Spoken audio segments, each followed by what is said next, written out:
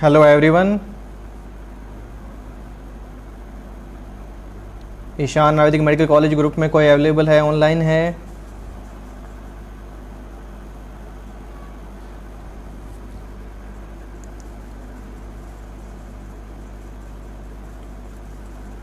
Good morning Ajmal, आपको आवाज़ आ रही है मेरी अच्छे से? Hello students, hello doctor Shahir, morning sir, am I Audible?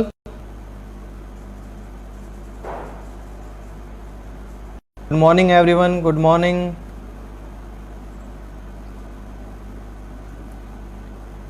M I audible? Thank you.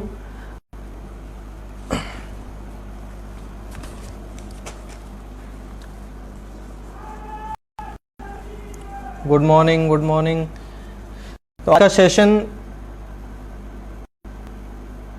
शुरू करने से पहले मैं आपको एक ब्रीफ इंट्रोडक्शन देना चाहता हूँ। हम ऑल ओवर द वर्ल्ड और अपने भारत में भी हर कंट्री में लगभग 115 से ज़्यादा देशों में कंडीशन देख रहे हैं कोविड की, कोरोना वायरस डिजीज, जो कि एक पेंडेमिक है और ड्रॉपलेट इन्फेक्शन से फैलने वाली कंडीशन है। तो इसके रिगार्डिंग गवर्नमेंट ने प्रोटोकॉल जारी किया है कि जितने गवर्नमेंट कॉलेजेज हैं, आयुष कॉलेजेज हैं, उनके स्टूडेंट्स और फैकल्टीज सभी को इसके लिए ट्रेनिंग दी जाए कि आगे आने वाले समय में अगर रिक्वायरमेंट हो तो वे लोग मदद करें, इस कंडीशन में अपना कंट्रीब्यूशन कर सकें। So I welcome to all of you to this training of Ayush students,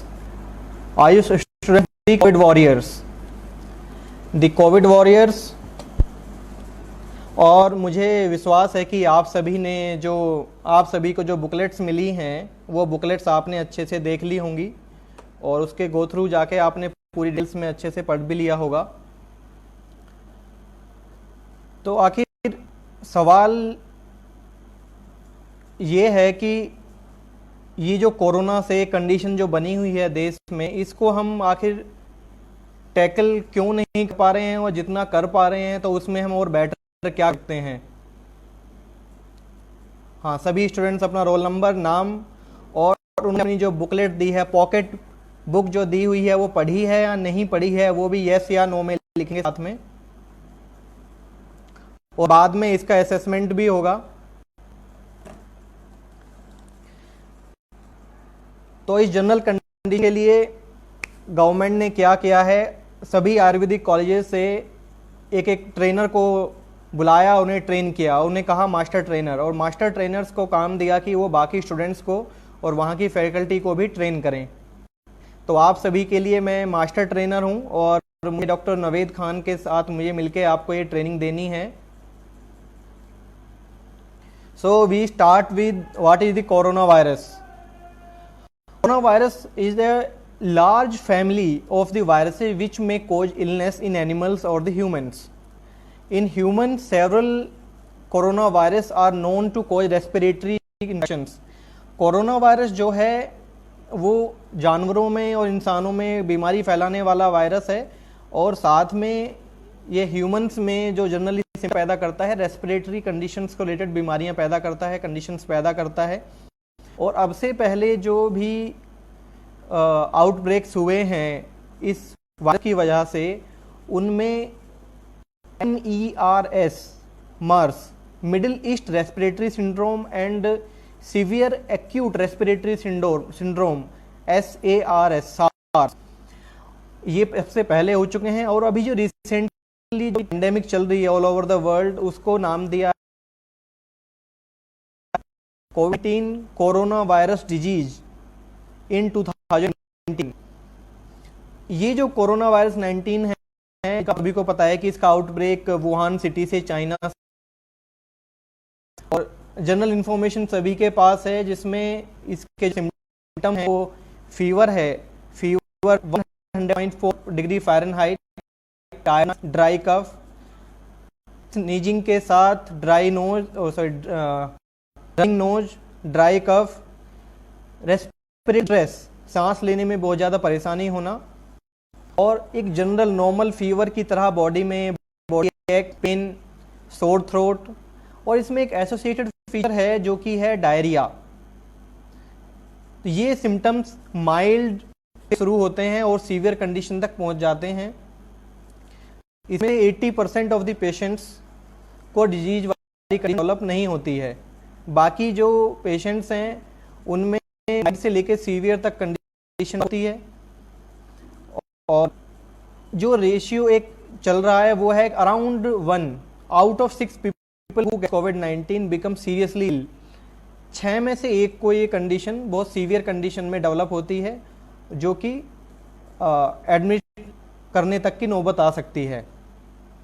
और ऐसे केसेस जिनमें पेशेंट पहले से ही वीक है और काफ़ी पुरानी कंडीशन है, उनको डिजीज वाली कोई पहले से कोई पुरानी बीमारी है और उनकी एज भी ज़्यादा है, 60 से ऊपर है, तो उनको ये बीमारी बहुत जल्दी से पकड़ती है और उनमें सिम्टम्स बहुत ज़्यादा सीवियर होते हैं, और उन्हीं में ही डेथ प्रोबेबिलिटी ज़्यादा है। इसमें अगर हम देखें ऑल ओवर द वर्ल्ड जो अभी चल रहा है स्टेटस जो है, वो इसमें ये स्टेटस है डिजीज का, जिसमें आप देखेंगे इंडिया में अभी तक 5 केसेज कंफर्म हैं, जो कि 10 लाख में करीब 4 लोग इन्फेक्टेड हैं। अभी तक 414 रिकवर हुए हैं और 149 डेथ्स हैं। All over the world around 15 lakhs and 200 people पर 10 लैक्स पीपल रिकवर्ड हैं, अराउंड 3.25 लैक्स, और डेथ्स हैं अराउंड 90,000। तो जो ये अभी स्टेटस है ऑल ओवर द वर्ल्ड, ऐसे में ये कंडीशन हमारे देश में ना बने कि इससे ज़्यादा ये फैले, क्योंकि अभी ये हमारे देश में जो है ये 2nd और 3rd स्टेज के बीच में चल रहा है। अभी ये जो बाहर से लोग आए हुए हैं उनसे फैल रहा है। बाहर से आने वाले मतलब है विदेश से आ रहे हैं या फिर अदर स्टेट से आके दूसरे स्टेट में एक लोकेशन से दूसरी लोकेशन पे जाके जो लोग फैला रहे हैं एक दूसरे से, उनसे फैल रहा है। ऐसा नहीं है कि मुझे हुआ है तो मैंने अपने परिवार में इन्फेक्शन फैला दिया या फिर मैंने अपने घर वालों से, मेरे घर से, मेरे पड़ोस में फैल रहा है। तो ये वायरस स्प्रेड इस तरीके से नहीं हो रहा है। ये जो है ये स्टेट कहलाती है, ये स्टेज जो है ये है सेकेंडरी स्टेज, और जो 3rd स्टेज में है, जो नेक्स्ट स्टेज जाएगी, वो स्टेज कहलाएगी कम्युनिटी आउटब्रेक। कम्युनिटी लेवल पे मेरे से, मेरे घर में, मेरे घर से, मेरे पड़ोस में, तो ये होगा कम्युनिटी आउटब्रेक। तो उस जगह पे अभी हमारे देश में अभी ये बीमारी नहीं फैली है उस लेवल पे अभी। और इसके लिए गवर्नमेंट ने सभी स्टूडेंट्स के लिए एक बुकलेट जारी की थी, वो बुकलेट आप सभी को मिल चुकी है, आपने आशा है पढ़ी होगी। तो ये जो ट्रेनिंग है, ट्रेनिंग ऑफ आयुष स्टूडेंट्स, इसमें सिर्फ ये नहीं है कि आप लोग हैं, स्टूडेंट्स हैं, आपके साथ साथ जो इसमें जिनको ट्रेनिंग मिलेगी और जो आगे तो इसमें अपना कंट्रीब्यूशन देंगे, वो सभी सेल्फ वॉलंटियर्स हैं, यूथ वॉलंटियर्स, एनएसएस वाले हैं, नेशनल सर्विस स्कीम के स्टूडेंट्स हैं, या उसके वॉलंटियर्स हैं, एनसीसी वॉलंटियर्स हैं, सोशल इमरजेंसी रिस्पॉन्स वॉलंटियर्स हैं। और इन को एक साथ मिला के गवर्नमेंट ने जो एडवाइजरी जारी की उसके अकॉर्डिंग ये सभी कोविड वॉरियर्स कहला रहे हैं। इनको कोविड वॉरियर्स कहा है। तो मुझे उम्मीद है कि आपने वो बुकलेट पढ़ी होगी, और अभी जो कोविड का स्टेटस है ऑल ओवर द वर्ल्ड और भारत में देखा, तो अगला लेवल ये है कि हमें ये ट्रेनिंग लेनी क्यों है, इससे बेनिफिट क्या होना है, हम क्यों यहाँ पे 2 घंटे देंगे, कल फिर 2 घंटे देंगे, और पर्सनल हमें कुछ बेनिफिट है या नहीं है, या फिर हम अपनी फैमिली या कम्युनिटी या सोसाइटी या कंट्री के लिए कुछ कंट्रीब्यूट कर पाएंगे। तो इसका जवाब ये है कि हाँ, हम सबसे पहले तो अपने आप को ही जागरूक करेंगे, अवेयर करेंगे कि हमें कोरोना से बचना कैसे है, हमें अपनी फैमिली को कैसे बचाना है, हमने अपने पड़ोस को, अपने गांव में, अपने मोहल्ले में, अपने शहर में, अपने देश में लोगों को कैसे जागरूक करना है और हम कैसे इस चीज़ से सबको बचा सकते हैं। तो सबसे पहले तो हम लोग मेडिकल प्रोफेशनल्स हैं, तो हमारी पर्सनल निजी तौर पे जिम्मेदारी बनती है कि अपनी सोसाइटी में, अपने देश में ऐसी कंडीशन पैदा हो तो हम आगे बढ़ के उसमें सपोर्ट करें। लेकिन सवाल यही है तो हम कैसे सपोर्ट को। इस ट्रेनिंग सेशंस में कल और आज के में हम यही चीज़ें आप बताएंगे, आपको ट्रेन करेंगे कि ये आखिर आपको अपनी प्रोटेक्शन कैसे की है, दूसरों को अपने अड़ोस पड़ोस में अवेयर कैसे करना है और कैसे बचाना है, और ज़रूरत पड़े तो हम आगे बढ़े गवर्नमेंट के साथ बढ़ के हम कैसे मदद कर सकते हैं।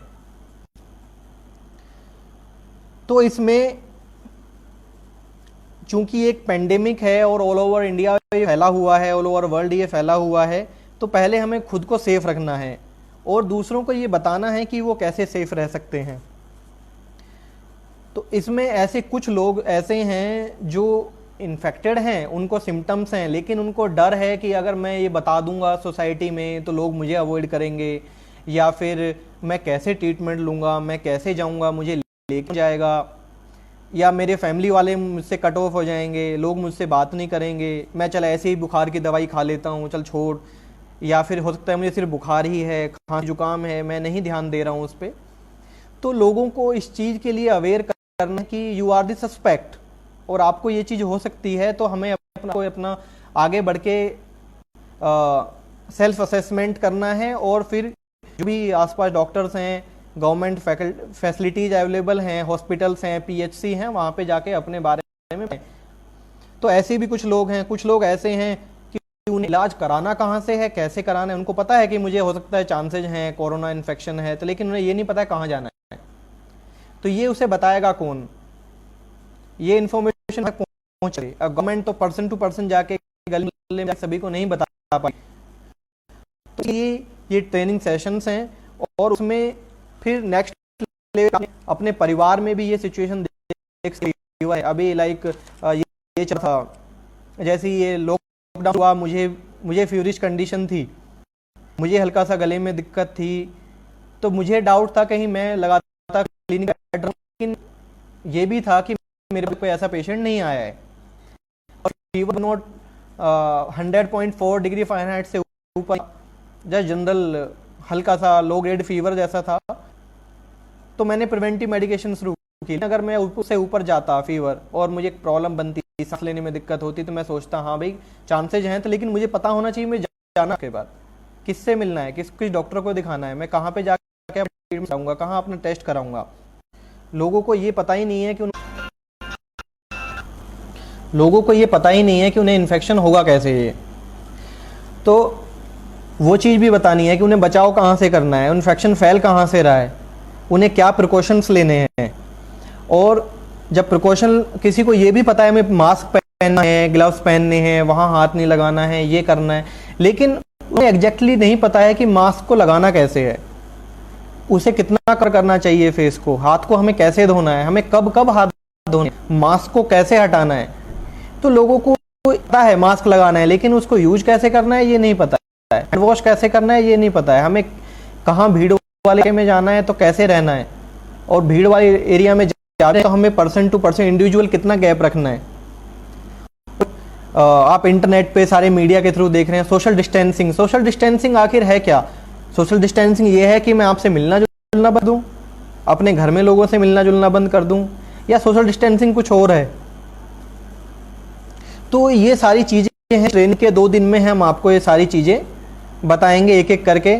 चिरंजीव ये मास्क वगैरह वाली चीज़ें हम आपको सब बताएंगे, लेकिन एक एक सेशन करके, इसमें टोटल 10 सेशंस होंगे, तो उसमें आपको बताया जाएगा।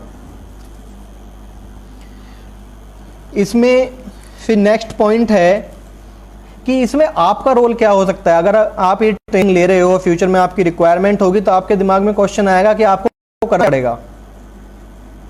तो आप इसमें जो करना है उसमें ये देखना है कि कौन से ऐसे लोग हैं।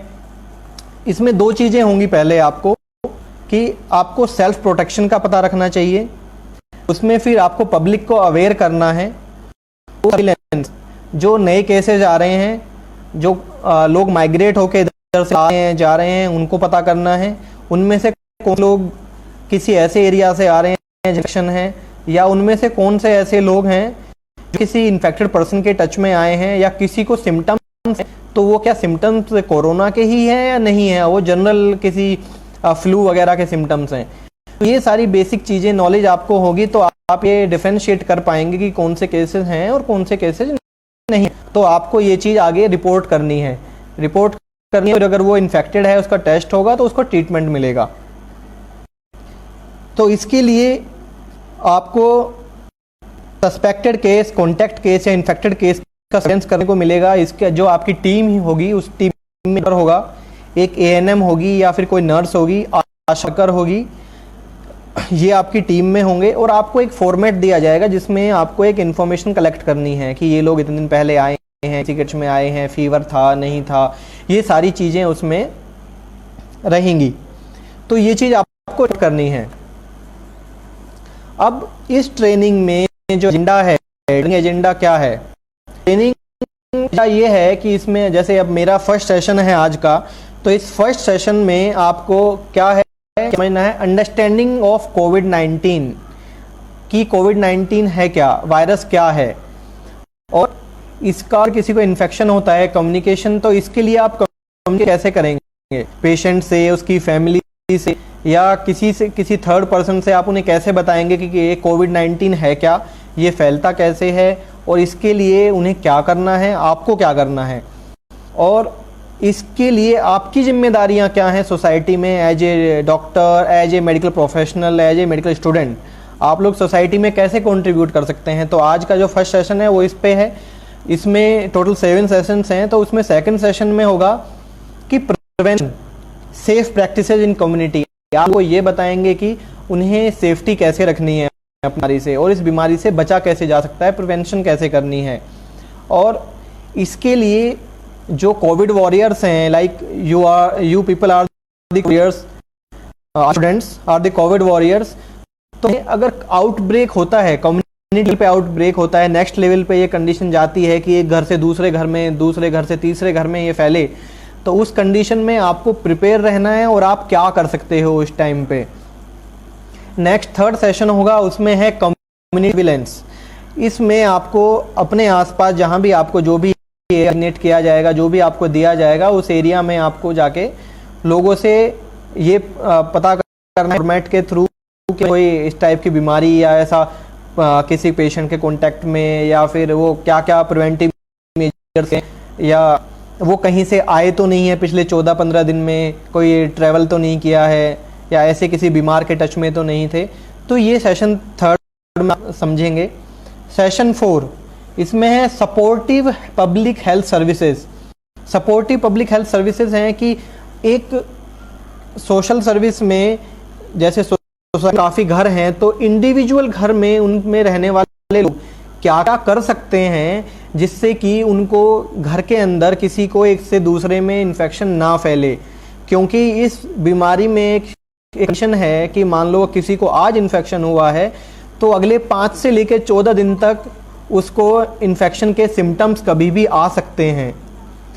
तो बीच में जब तक सिम्टम नहीं आ रहे हैं, हमको नहीं पता है कि मुझे बुखार होने वाला है या मुझे बुखार नहीं आया तब तक, या मेरा गला साफ नहीं हो रहा है मुझे, तो तब तक तो मैं वो इन्फेक्शन अपने साथ लेके घूमूंगा। तो अपने घर में, परिवार में, पड़ोस में मैं लोगों को इन्फेक्ट कर सकता हूँ।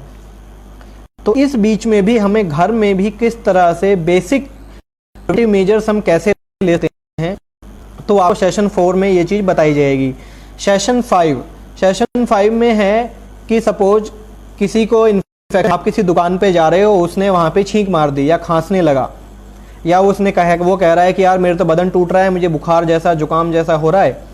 तो एकदम से वहाँ जो बाकी लोग 4 लोग खड़े होंगे, वाला होगा, शॉपकीपर जो भी होगा, वो एकदम चौंक जाएगा और उसके ऐसे बिहेव करेंगे जैसे कि उसे कोई कॉन्टेजियस इन्फेक्शन हो। हमें नहीं पता है उसको सच में है या नहीं है, तो लेकिन लोग उसके साथ रूड बिहेवियर करेंगे, उससे कहेंगे भाग जाए यहाँ से, तो दूसरों को फैलाएगा। या फिर किसी के घर में मेड है, काम कर रही है, उसे पोछा लगाते टाइम छींक आ गई, तो घर वाले उससे, जैसे कि मेड्स आ ही नहीं रही हैं लोगों के घरों में, कह रहे हैं कि भाई तू इन्फेक्शन लेके आएगी या आएगा, तो काम नहीं करना है तूने, या उसे काम नहीं करने दे रहे हैं घर में, में घुस नहीं दे रहे हैं, उसको वैसे किसी मनी से या खाने पीने से किसी तरह सपोर्ट भी नहीं दे रहे हैं। तो ये जो है ये सोशल स्टिग्मा और डिस्क्रिमिनेशन में आता है कि आप किसी के साथ रूड होके कि जस्ट वो चांसेज हैं कि वो इन्फेक्टेड है, और इवन अगर कोई इन्फेक्टेड भी है तो हमें रूड बिहेव नहीं करना है, बस उसको समझाना है कि तुझे क्या प्रिवेंटिव मेजर लेने हैं और अपने आप को पता होना चाहिए कि हमें क्या प्रिवेंटिव मेजर हैं, बच के कैसे रहना है और उसे दूसरों से इन्फेक्शन कैसे ना हो। तो ये चीज़ें हमें ध्यान रखें।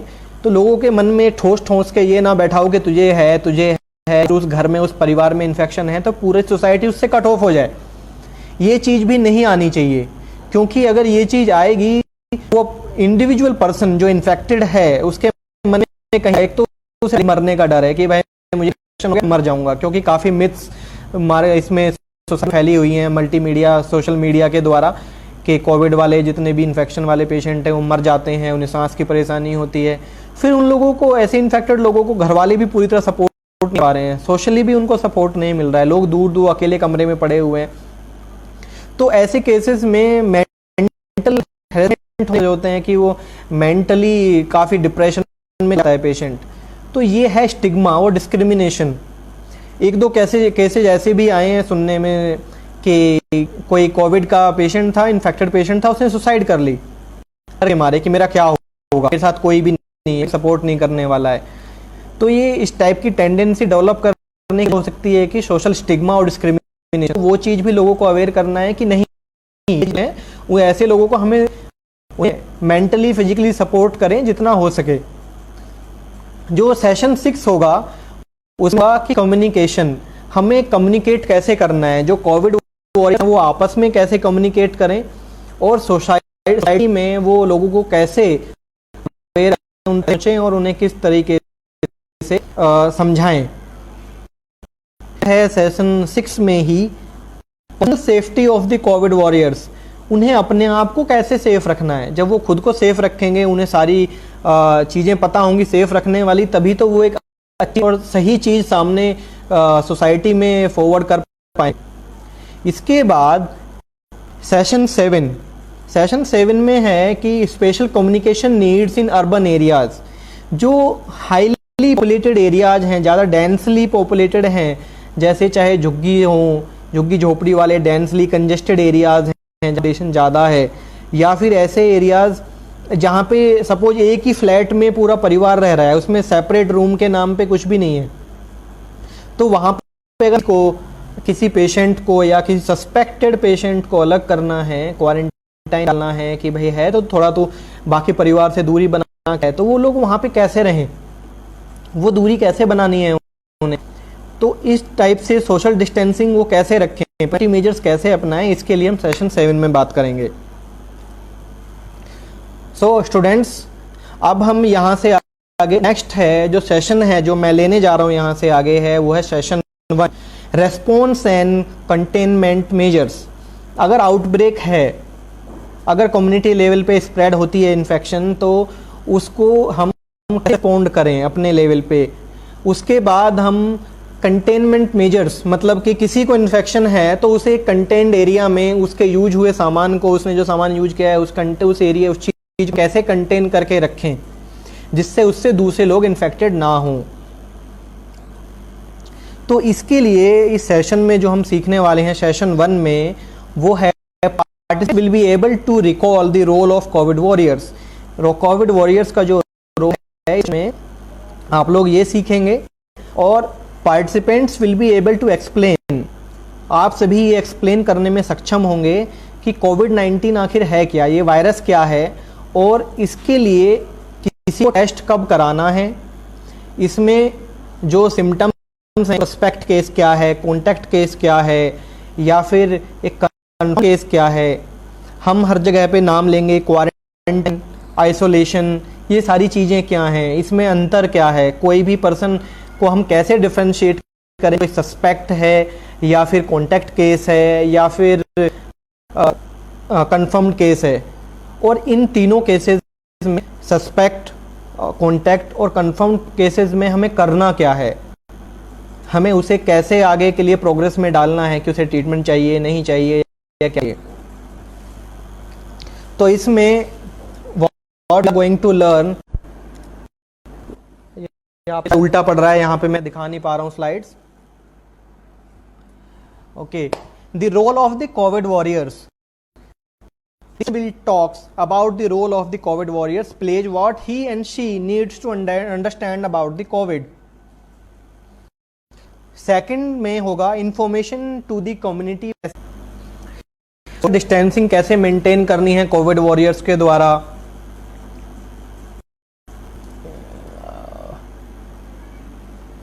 यस यस सर, ठीक है ठीक है.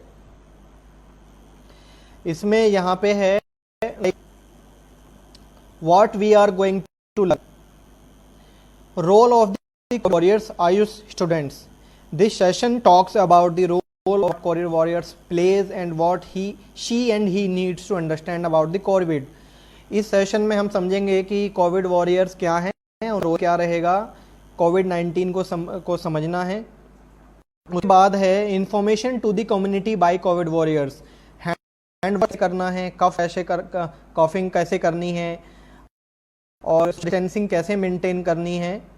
हाई रिस्क ग्रुप्स को कैसे पहचानना है, HRG high risk groups. Then community contact tracing. अगर कोई पर्सन किसी पेशेंट के टच में आए तो उसे कैसे ट्रेस करना है, कैसे समझना है. Identification of the contact. Guidelines for the supporting who are suspected, symptomatic or asymptomatic. ऐसे लोग जो कि सस्पेक्टेड हैं, कुछ में जिनमें सिम्टम्स हैं, असिम्टोमेटिक जिनमें सिम्टम्स ही नहीं है कोविड-19 इन्फेक्शन के, ऐसे लोगों को हमें क्या देनी है. देन सोशल स्टिग्मा मैंने बताया अभी. Supportive public health services. The community need. Suppose आप किसी एरिया में जा रहे हो तो वहाँ पे कोई टॉप इन्फ्लुएंशियल पर्सन कौन है जो सोसाइटी में आपकी मदद कर सकता है और उनके थ्रू लोगों तक home care, home quarantine details जानकारी आगे तक पहुँचाना है. इसके बाद personal safety. Covid warriors will watch out the message thousands of directly और इनडायरेक्टली अफेक्टेड कम्युनिटीज. आप ये पर्सनल सेफ्टी का जो है कि ये कैसे रखनी है, डायरेक्टली इनडायरेक्टली डिफरेंट मेंबर्स तक पहुंचाओगे जिसमें हजारों लोग होंगे. और however they you people also need to take care of your personal safety. The role of COVID warriors, the AYUSH students. The role of COVID warriors as per the job outlined by district collector. जो आपका काम होगा वो collector, district surveillance officer या medical officer, CMO के द्वारा आपको बताया जाएगा और आप ANM, डॉक्टर, नर्स स्टाफ के साथ मिलके काम को करेंगे. आयुष स्टूडेंट्स वो होंगे वो सुपरवाइजर्स को या फिर लेडी हेल्थ सुपरवाइजर LHV.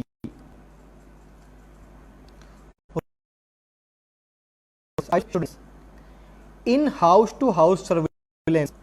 पहला है हाउस टू हाउस सर्विलेंस. घर से आपको एरिया दिया जाता है, उसमें आपको सपोज 50 घर दे दिए, इन्हें आपको सर्विलेंस करना है और वहाँ पे high risk groups, probable case या फिर का पता करना है. आप उनसे क्वेश्चन पूछेंगे और उस पर आप एनालाइज करेंगे कि वो जो पर्सन है, वो जो फैमिली आती है नहीं आती है, वो एक प्रोबेबल फ्यूचर में होने वाला केस है, सस्पेक्टेड केस है या नहीं है. जो भी होगा उसमें आउटकम वो आपको, सपोज वो एक पॉजिटिव केस आता है तो या फिर वो एक सस्पेक्टेड केस है या कॉन्टैक्ट केस है तो उसकी आप रिपोर्ट आगे करेंगे, जिससे उसको पहले घर में या घर को या परिवार को या उस पूरे घर को सेपरेट कर दिया जाएगा. And provide psychological care and stigma discrimination. आप लोगों को सोशल केयर भी प्रोवाइड करेंगे, उनकी मदद करेंगे जिससे कि लोगों में सोशल स्टिग्मा ना फैले. अभी भी बफरिंग हो रही है, वीडियो क्वालिटी सही नहीं आ रही है क्या?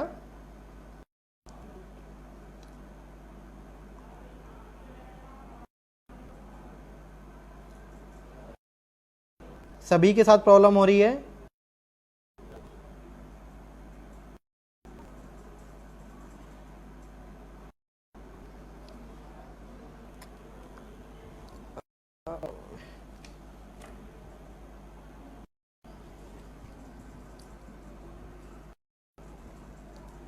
Role of COVID warriors, the students.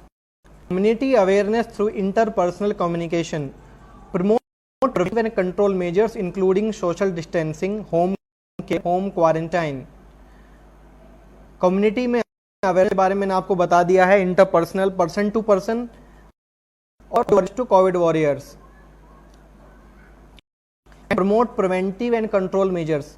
इसीलिए आपको प्रिवेंटिव कंट्रोल मेजर्स सोसाइटी में लोगों को बताने हैं.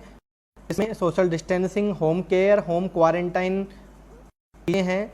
और ये भी बताना है कि जो चारों तरफ सोशल मीडिया पे जो मिथ्स और मिसकॉन्सेप्शंस या र्यूमर्स कोविड-19 लेके इन्फेक्शन को लेके फैल रहे हैं या उसके ट्रीटमेंट को लेके फैल रहे हैं, उन्हें भी एड्रेस करना है, लोगों को बताना है.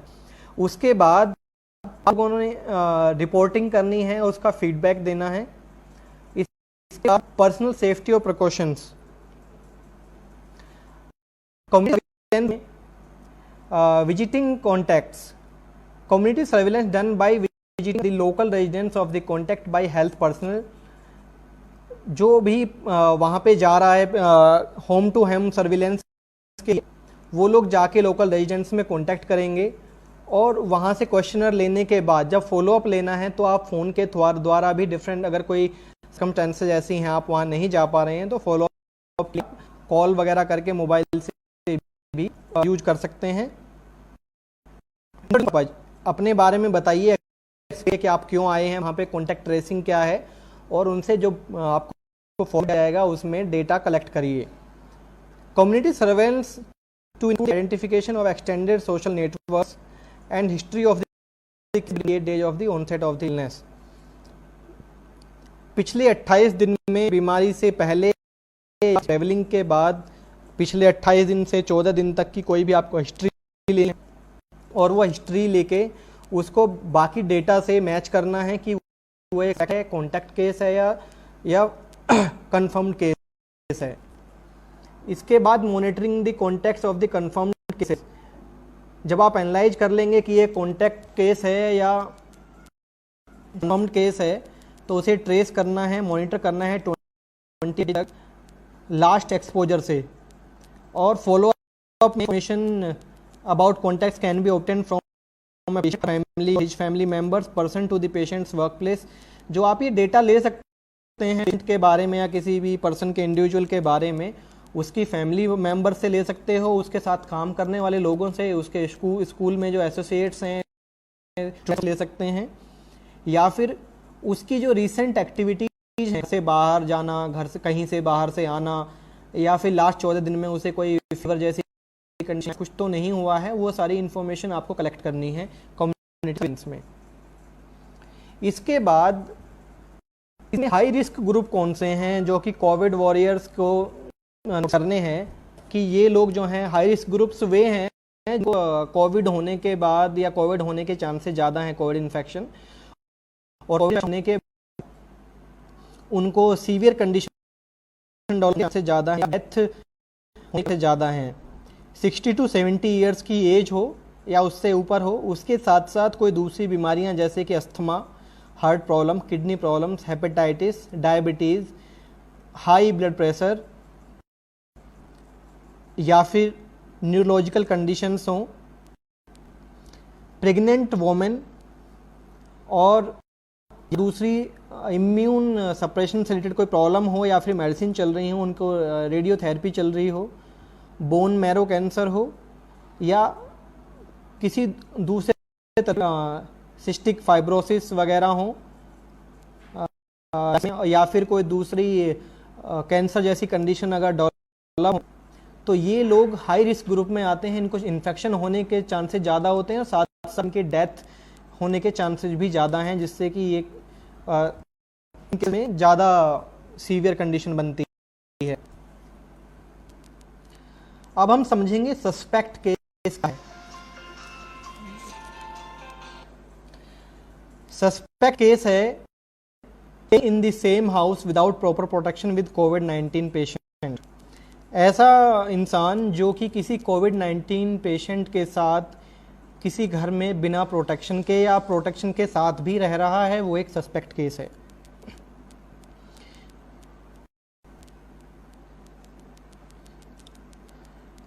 In the same Vats Aditya, आपको इसका आंसर मैं बात करूँ, staying in the same close environment with as a कोविड-19 patient including work place, classroom, household gathering. किसी भी कोविड-19 इन्फेक्टेड पेशेंट के साथ अगर आप रह रहे हो किसी क्लोज इन्वायरमेंट में, सपोज किसी एक ही कमरे में आप बंद हो, किसी गाड़ी में आपने साथ में ट्रैवल किया है, तो आप एक सस्पेक्ट केस हैं।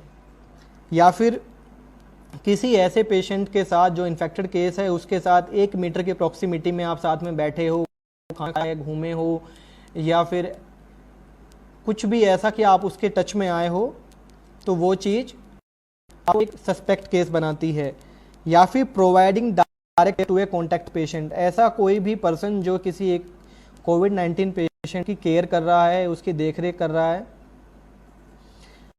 Infection may have been transformed within 14 days period before the onset of the illness under consideration। अगर कोई केस ऐसा है जो इन्फेक्शन होने वाला है और आप उसके साथ रह रहे हो, इन्फेक्शन हुआ है और वो एक कॉन्टैक्ट केस है या एक कंफर्म्ड केस है, तो आप भी सस्पेक्ट केस में आओगे। मीन्स अगर आप हो तो आप पूरे कि आपको भी चोर ही माना जाएगा। तो वही चीज़ किसी कंफर्म्ड केस के साथ रहने वाला आदमी भी सस्पेक्ट केस में ध्यान रखा जाना चाहिए, वो ऑब्जर्वेशन में रहेगा। इसके बाद है contact case. With acute respiratory illness, fever and at least one sign symptom of respiratory, cough और शॉर्टनेस ऑफ ब्रेथ। कोई भी ऐसा पर्सन जिसको फीवर या रेस्पिरेशन में कोई प्रॉब्लम हो, और या फिर जो सिम्टम्स बताए हैं, कॉफ, ड्राई कॉफ हो, उसको सांस लेने में परेशानी हो, नाक बह रही हो, शरीर में दर्द हो, 6-14 दिन की कोई हिस्ट्री हो कहीं से एक शहर से दूसरे शहर में आने की, या किसी इन्फेक्टेड केस के टच में आने की, तो वो पर्सन जो है कॉन्टैक्ट केस कहलाएगा, कॉन्टैक्ट आने वाला case. History of travel to or resident in a country, area or territory reporting local transmission of the COVID-19 disease during the 14 days prior to the symptom onset। आने होने से पहले किसी भी area में 14 दिन पहले, किसी इन्फेक्शन वाले एरिया में 14 दिन पहले घूम के आने की अगर हिस्ट्री हो, तो वो पर्सन कॉन्टैक्ट केस होने के चांसेज हैं। A person with acute respiratory illness having being in contact with confirmed COVID-19 case, किसी इन्फेक्टेड केस के साथ रहने वाला इंसान जिसको रेस्पिरेशन हो, उसको कोई एक्यूट कंडीशन बन रही हो इन लास्ट 14 डेज, और लास्ट 14 दिन में उसके टच इन्फेक्शन के, वो कॉन्टैक्ट केस है। A person with severe acute respiratory infection, fever, at least one sign symptom of respiratory condition, cough और shortness of breath, requiring hospitalization with no other etiology that fully explain the limitation।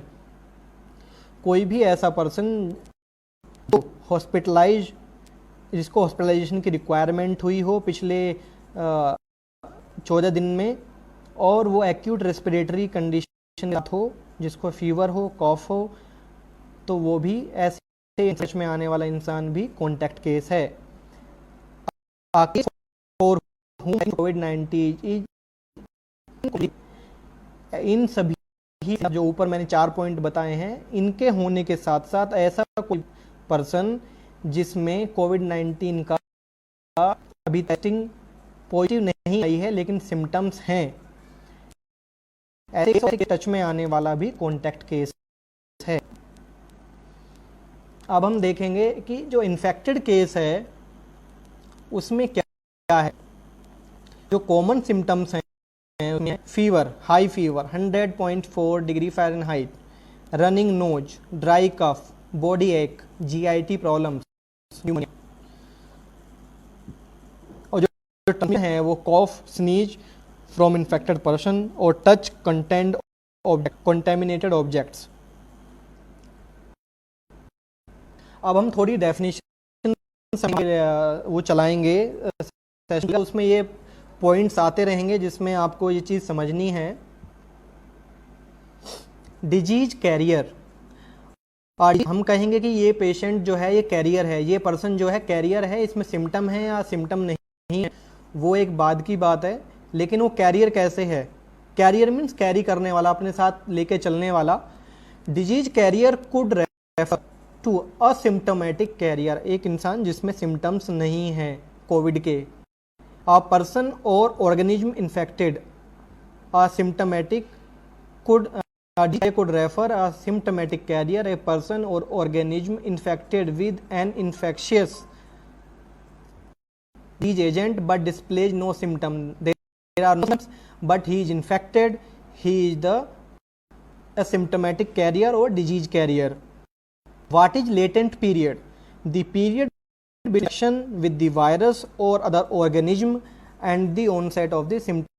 Suppose किसी में आज infection हुआ और उसको 5 दिन बाद symptom आते हैं, तो 5 दिन का जो पीरियड है वो लेटेंट पीरियड है। कोविड के केस में 5 से 14 दिन का लेटेंट पीरियड होता है, इस बीच में कभी भी सिम्टम आ सकते हैं इन्फेक्शन होने के बाद। Social distancing to prevent the spread of the contagious disease by maintaining physical distance between, लोगों के बीच में फिजिकल डिस्टेंस बढ़ाना, and reducing number of people come into close contact with each other, लोग एक दूसरे के क्लोज कॉन्टैक्ट में ना आए, फिजिकल डिस्टेंस मेंटेन रखें, ये है सोशल डिस्टेंसिंग, जो कि कोविड के केस में कम से कम 1 मीटर बताई है। 1 मीटर जो है लगभग 3 फीट या 3 हाथ, ऐसे करके हम चलें कि भाई 3 हाथ दूर रहना है एक दूसरे से, या 3 फीट के दूर रहना है, 1 मीटर रहना है। ये है social distancing, physical distance maintain करना। Stigma and discrimination on the basis of suspicion of the infection, abusing, misbehaving, negligence with a person, यानी सोशल डिस्टेंसिंग मेंटली, उसको साइकोलॉजिकली सोशल डिस्टेंसिंग करना, सोशल डिस्टेंस करना, कि भाई सोसाइटी में इस लोग आदमी को छुआछूत करके या छुआछूत ना हो, छुआछूत ना फैले, ऐसा कुछ करके उसके दिमाग में बैठाना कि तू दूर रहे तो उससे ये बीमारी हमें फैलेगी, तो उसके दिमाग में नेग्लिजेंस, मिसबिहेव या अब्यूजिव लैंग्वेज, रूड लैंग्वेज प्रयोग करके स्टिग्मा, डिस्क्रिमिनेशन पैदा नहीं करना है।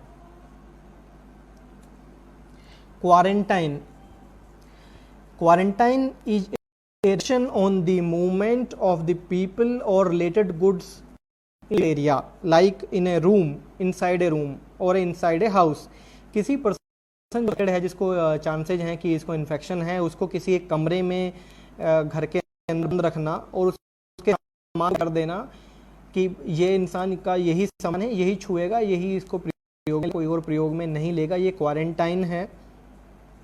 और ये आदमी है जो इसको हम क्वारंटाइन करेंगे, may have been exposed to the infection, confirm नहीं, इन्फेक्शन नहीं है, ये एक सस्पेक्ट है, बस जो सस्पेक्ट है उसे क्वारंटाइन करना होता है। But do not have confirmed medical diagnosis, diagnosis confirm नहीं है कि इसको इन्फेक्शन है ही, बस शक है, शक के बिना पे इसको घर के अलग कमरे में कर दिया, जिससे ये बाई इन्फेक्शन हो इसे तो किसी और को न करे। Isolation, it is a complete restriction of the movement of people related goods, जो केस है उसको आइसोलेट करना होता है एक सेपरेट एरिया में, घर में नहीं, उसको घर से बाहर सेपरेट एरिया में आइसोलेट करना है उसके सामान को और उसे। और ये पर्सन जिसको आइसोलेट हम करते हैं उसमें उसका क्राइटेरिया है कि उसको सिम्टम होने चाहिए और मेडिकल लैब टेस्ट वगैरह में उसका पॉजिटिव आना चाहिए, तभी उसको आइसोलेट करना है।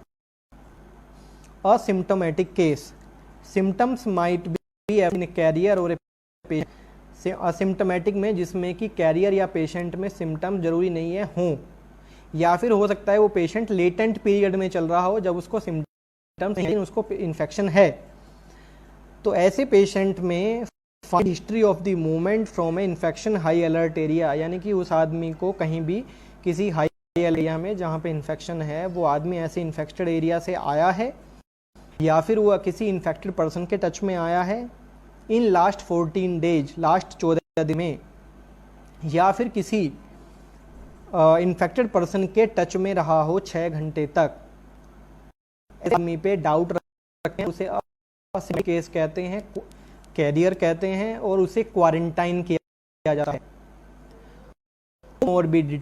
कोमोर्बिडिटी है कि किसी बीमारी के साथ कोई बीमारी हो जाए जो सीवियरिटी, एक्यूटनेस बढ़ा दे, तो वो कोमोर्बिडिटी है। लाइक कोविड के केस में जो जिन लोगों में डेथ ज़्यादा हो रही है, डेथ चांसेस ज़्यादा हैं, वो है डायबिटीज, सीओपीडी, अस्थमा, हाइपरटेंशन वगैरह। कोमोर्बिडिटी है, ऐसे पेशेंट्स को ज़्यादा ध्यान रखा जाता है। अब जो सोशल मीडिया पे या वैसे भी एक चल रहा है कि भाई वायरस पे कितनी देर तक जिंदा रहता है या नहीं रहता है, तो हमें कहाँ पे ज़्यादा ध्यान रखना है।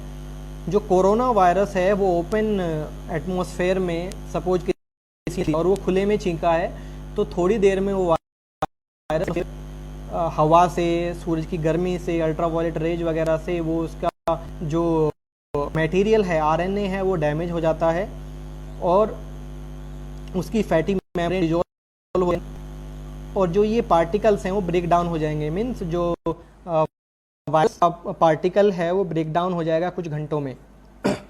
तो डिफरेंट सरफेसेस पे, डिफरेंट एटमॉस्फेयर में डिफरेंट असर होता है, और उसमें भी 2 स्ट्रेन है कोविड के, मैं आपको बता दूं, कोविड-19 1, कोविड-19 2। तो इन दोनों का जो लाइफ टाइम है, लाइफ पीरियड है, बायो अवेलेबिलिटी है, जिंदा रहने के जो है वो अलग अलग सरफेसेस पे डिफरेंट है। तो अब करके लिया है कि अप टू दिस आवर्स ये दोनों मिलकर, तो इन एरोसोल्स, यानी हमें अगर हम कोई छिड़काव कर रहे हैं वो छोटे छोटे ड्रॉपलेट्स के रूप में तैरता रहता है, छींका तो उसमें से कुछ ड्रॉपलेट्स तो बैठ जाती हैं, जमीन पे चले उड़ती रहती हैं, उसके लिए है। और जो है कॉपर की 4, प्लास्टिक और स्टेनलेस स्टील पे 3 दिन तक, 2 से 3 दिन जिंदा रहता है। चूंकि 2 स्ट्रेन्स हैं कोविड-1, कोविड-2, तो इसमें 8 घंटे से लेके 2 से लेके 3 दिन तक जिंदा रहता है। कॉपर पे 4 से 8 घंटे, 8 से 24 घंटे तक कार्डबोर्ड पे जिंदा रहता है, 24 घंटे मैक्सिमम ड्यूरेशन है, और प्लास्टिक पे 3 दिन तक।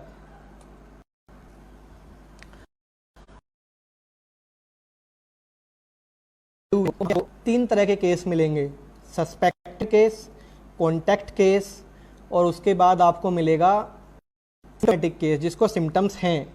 तो सस्पेक्टेड केस हम क्या करेंगे, केस डालेंगे, उसे घर के एक अलग कमरे में सेपरेट करके रखेंगे। अगर घर में नहीं है तो जो एजेंसी है, हेल्थ एजेंसी है, या हमारे जो सीनियर इन्फॉर्म करेंगे, वो उसको क्वारंटाइन में ले जाएंगे। क्वारंटाइन हो गया, सेपरेट कमरे में उसकी मूवमेंट को रेस्ट्रिक्ट कर देना, उसके सामान को सेपरेट कर देना। अब उस क्वारंटाइन गए हुए सस्पेक्टेड या कॉन्टैक्ट पर्सन को हम ऑब्जर्वेशन में रखेंगे 14 दिन तक। ऑब्जर्वेशन में रखने के बाद अगर उसको उसमें कोई सिम्टम्स नहीं आते हैं, तो उसको अगले 28 दिन तक, 14 दिन के बाद फिर 28 दिन तक उसे ऑब्जर्वेशन में रखा जाएगा। अगर वो निगेटिव आता है तो उस केस को हम फ्री कर देंगे कि अभी निगेटिव केस। लेकिन क्वारंटाइन में अगर किसी को 14 दिन सिम्टोमेटिक केस में बदल जाता है, तो उस केस को हम जो अपने यहाँ पे सीनियर अथॉरिटी उनको इन्फॉर्म करेंगे।